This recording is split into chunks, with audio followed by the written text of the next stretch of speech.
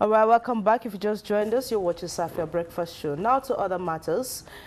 Other human angle stories away from that of Bachure. Well, every 5th day of September is observed as World Charity Day.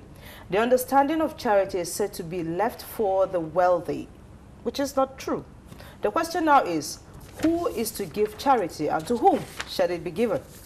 Dr. Agoso Bamaiyi, a public affairs commentator, joins us on this particular discussion. Doctor, good morning. Good morning, Yetunde.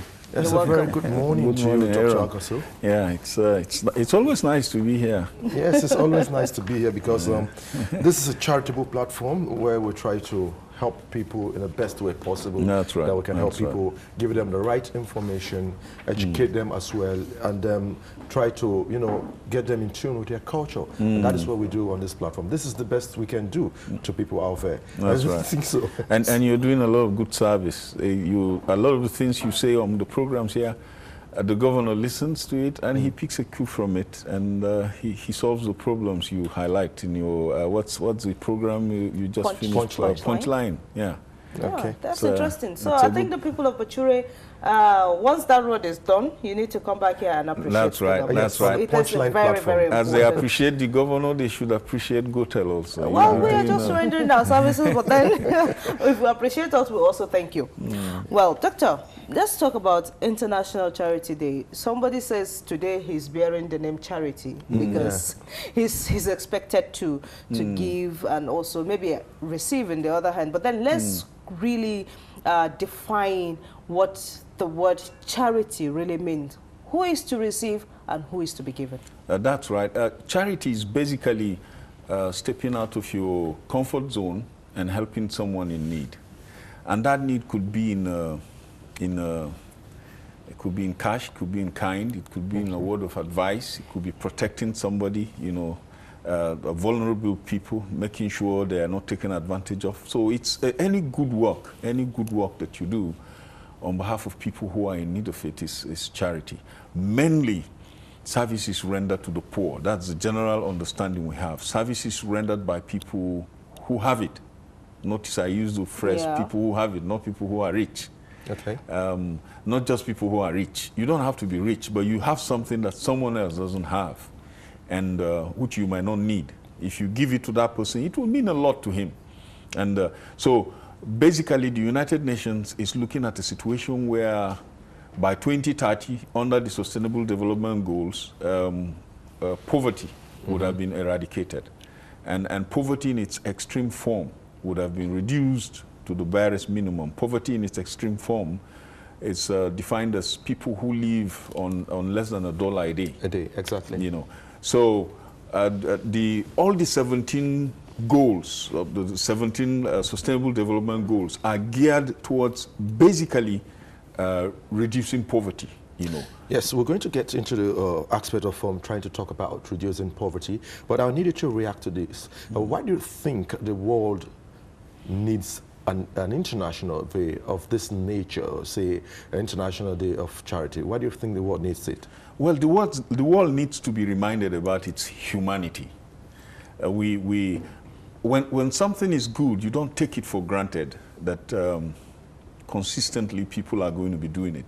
You need to talk to people about it, remind them about it. So it's important to set aside a day during which everything concerning charity will be harped upon, so that people are reminded of their humanity, reminded of the fact that there are people who are suffering, reminded of the fact that the little you have can make a difference for somebody, reminded of the fact that you need to reach out to help others. That's why the day is set aside. And the United Nations does this. It sets aside days to remind people of specific important issues. Now let's look at it. Also a day to remind us of Mother Teresa. Exactly. That's right. Which is a classical example now of charity, because that's right. That day, which is the 5th of September, marks the anniversary of her death. Now, what is it that the world has not come to understand about Mother Teresa and her open natural heart of giving? What is it that we've not come to understand with that so far? Well, I think the world understands Mother Teresa as,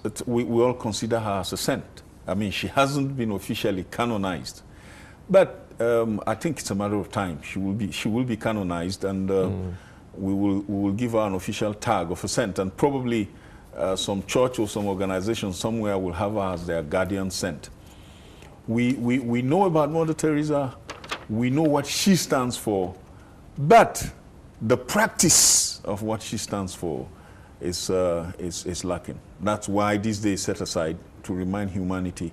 Let's not just talk about her goodness and her kind-heartedness, how she gave up a good life in Europe, moved over to India, and lived a sacrificial life with the poorest of the poor, provided comfort for them, and reached out to the world to supply resources with which these people can be taken care of. And so she gave hope and life to many people who otherwise wouldn't have had a chance for a good life. And so let's not just talk about that, but let's actually do what she did. Let's reach out as individuals. I was talking about the 17 Sustainable Goals aiming at reducing poverty. And basically, there are 5 things here. It talks about people, it talks about our planet, it talks about prosperity, it talks about peace, and then it talks about partnership. Now, I like the last part, which is partnership. Okay, aren't we really looking at this from the side of the principle rather than action? Because you just made mention of Mother Teresa, that we try to, yes, we understand her based on principles, but in terms of really acting, it's a problem. We had MDG before Sustainable Development Goal popped up. Action has been a problem. That's right. Now, how do you think we can measure up when it comes to the issue of action? That's why the emphasis is on partnership, you know, because there is no way a single individual will eradicate suffering and poverty in the world. No single government can do that. No single institution can do that. As rich as, say, Microsoft is or Coca-Cola, they can't do this on their own. There has to be a partnership, a synergy between organizations, individuals, families, and governments to make sure that we fight poverty through charity and fight it to a standstill and hopefully overcome it. So individuals will do their part, like we have Alhaji Atiku Abubakar, the Waziri Adama, doing. Apart from citing companies in his home state, which is Adamawa, and these companies are providing jobs. Apart from the state government, he's the biggest employer of labor in Adamawa State. And you can imagine the company, the families, the work he has provided is taken care of. He also does a lot of charity work with the IDPs, you know, and the poor, the Almajiris, the poor in the society. The AUN, which is a university he founded, is also involved in a lot of work apart from the one he's doing himself. Now, this is somebody who is privileged. This is somebody who has occupied high position in Nigeria. This is somebody who is wealthy. But he's not sitting back to just enjoy the wealth, him and his family. He's giving back to the society. We have examples in Nigeria, all around Nigeria. Egbenidion, for instance, in Edo State. This is somebody who has done a lot of charity work over the years. And Dangote is also involved in philanthropy through his companies. And these are rich people, privileged people, who are giving back to the society and helping to fight poverty through targeted programs like the fight against malaria, which Dangote is involved in with Bill Gates, the Bill Gates and Melinda Foundation. So people who have that privilege, who have that wealth, can do that sort of thing. And then not everybody has that kind of money, but there are rich people. You look around in our society, you see a lot of hotels springing up here and there. Sometimes I ask myself, do we really need this much hotels? Because the business is not there. I was talking the other day with one hotelier. He lives in Abuja, but he runs hotels here in Adamawa. And he was telling me that they hardly break even at the end of the year with all these hotels. The time they have a lot of traffic and so they make a lot of money is during holidays, maybe Christmas or Salah. But now, my call to people is, instead of taking that much money and building a hotel that at the end of the day you might not break even, build a school. Even if you will charge for it, at least let it provide quality education So instead of building these hotels, the rich people can build schools, you know, and you can impact in the lives of the people in the society. That's right. You can partner with the government also, okay, and help in the Adamawa State government has an emergency on education. MTN just donated some equipment for hospitals in Mubi and Ganye. It's in partnership with the state government. Also, the state government yesterday launched school instructional materials, chemicals for laboratories, beds for hostels. And this also was done in partnership with some other organizations. These are the sort of things that rich individuals can do. Now, but then we also want to ask what happens to the conscience, or what's wrong with the conscience of people, where you have donor agencies, you have individuals coming up to form partnership and also want to contribute and donate to those who are in need of charity. You still have people sabotaging them. Yes, that's an issue that we're going to definitely look at, and it's good that we're looking at this clause. This is 17 Sustainable Development Goal number 17. It says people, planet, prosperity, peace, and partnership. We're going to look at it from the Nigerian point of view. We have people that have been displaced by insurgency. We have people that have been affected by natural disasters such as flood. We have people that have been displaced by herdsmen and farmers clashes. All of this, we try to factor it in and see how Nigerians can keep aside what Yetunde did mention, which is an element that is very negative, and work positively for the development of mankind. That we'll do when we return from this time out. It's all right. Well, we'll take a break and we'll be back shortly. Just stay with us.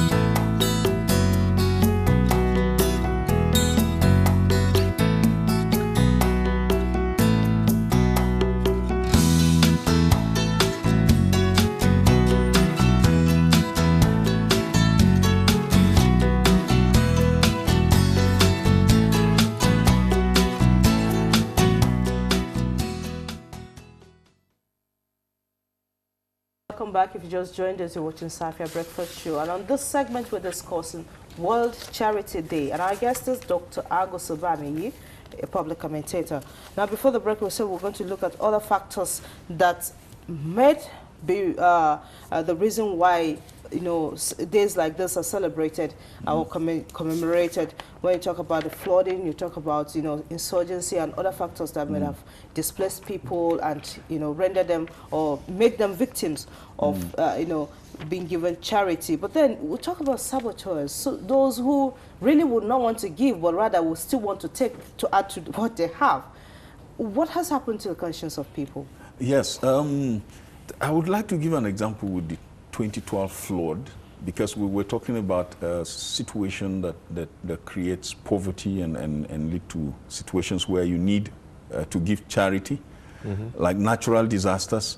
In fact, the United Nations is saying that natural disasters across the world, because of the change in the temperature, the what do they call it, climate change, will increase.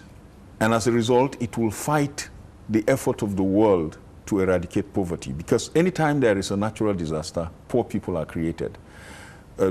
Anytime there's a flood, for instance, people are moved out of their houses, their farms are destroyed, their houses are destroyed, and suddenly people who are living above the poverty line drop beneath the poverty line as a result of natural disasters. So it's a very, very important thing to be conscious of. Like also, in the U.S. now, you have Hurricane Harvey, you have Hurricane Irma, you have Hurricane, only God knows what next will have. Hurricane Harvey is so horrible. It rained a whole volume of rain that falls in 1 year. It rained in one night. So it's because of this climate change. These things are going to get stronger and stronger in intensity. And governments have to make provisions to counter that. Otherwise, you make provisions to lift people out of poverty. There's a natural disaster, it drops them beneath the poverty line. And then you have community crisis, you know. Anytime there's a community crisis, houses are burnt, etc., etc., a new level of poor people is created. The farmers and herdsmen crisis, you know, some people cannot return to their farms and they don't have anything else to do. You have created a class of poor people. So you have all these things going on. In 2012, we had this huge flood across the Benue Plain. And it also affected about 12 states across the nation. And the government raised a lot of money. Individuals and organizations headed by Dangote raised a lot of money. This money was in billions, and the money was given out. Unfortunately, the people who were charged with distributing this money and the aid that came for the people personalized it. They built new houses, you know, bought new cars, married additional wives, etc., etc.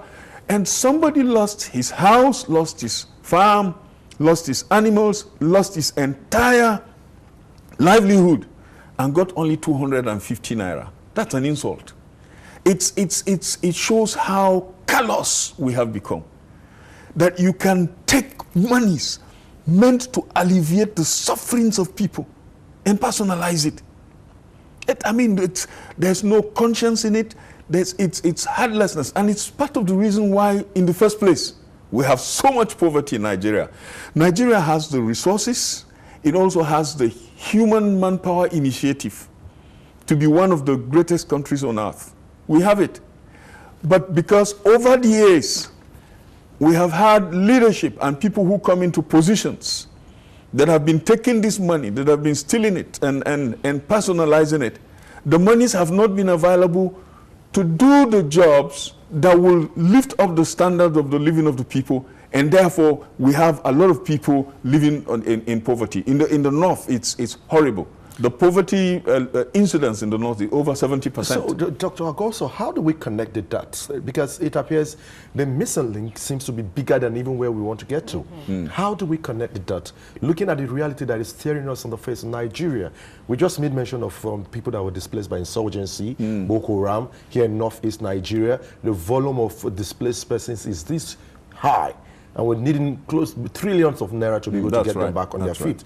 We have people that have been displaced as a result of communal clashes, herdsmen, farmers clashes. Is this something for us to factor in? How do we connect the dots? Well, the United Nations and the World Bank in a study said it will need around $9 billion, not naira, $billion, that will run into trillions of naira, to get the Northeast back to something similar to what it used to be before the insurgency. So a lot of money is needed for this work to be done. But how do we really tackle this situation of people stealing public funds and the rest of it, and as a result we're living in unnecessary poverty? First, the fight against corruption has to be taken much more seriously. We must not, the citizens must get up and not leave it in the hands of the government alone. The citizens must stand up. We must begin to question the source of wealth of individuals. Somebody gets up, he goes to Abuja for 2-3 years, he comes back a multi-millionaire. You need to ask questions. What did you do to get that kind of money? They're stealing the monies that are meant to be used to develop the country and deal with poverty so that we can live as Nigerians a good standard of life. This is money that individuals are stealing and living big on. And then politicians also have to understand that we need to play politics differently from the way it used to be played before.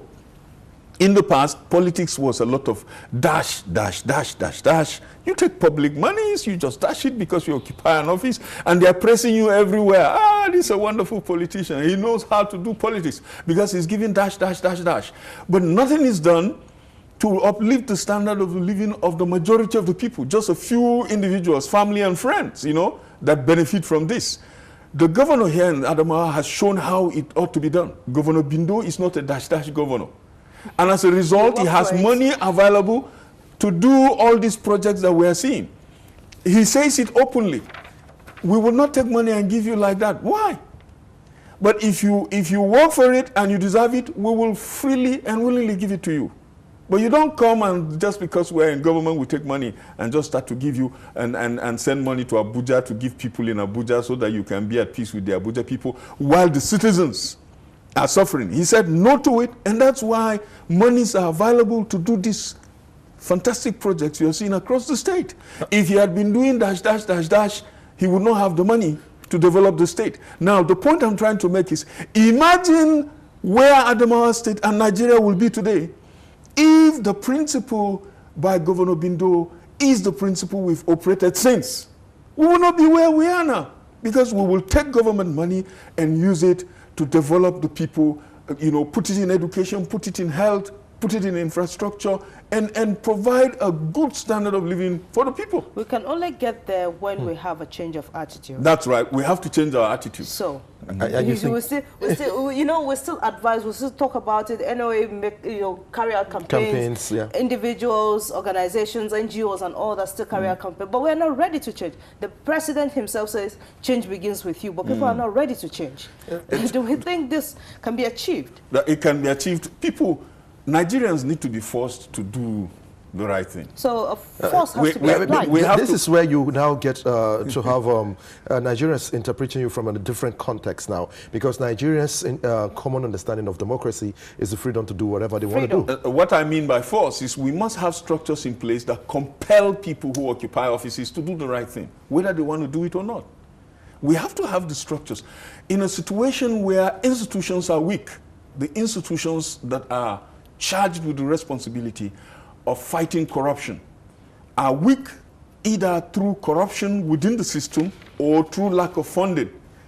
And individuals are so strong, of course you're not going to get the results you're looking for. Now, in achieving all of this and looking at the 2030 agenda of the Sustainable Development Goal adopted in 2015, do you think it is a reality?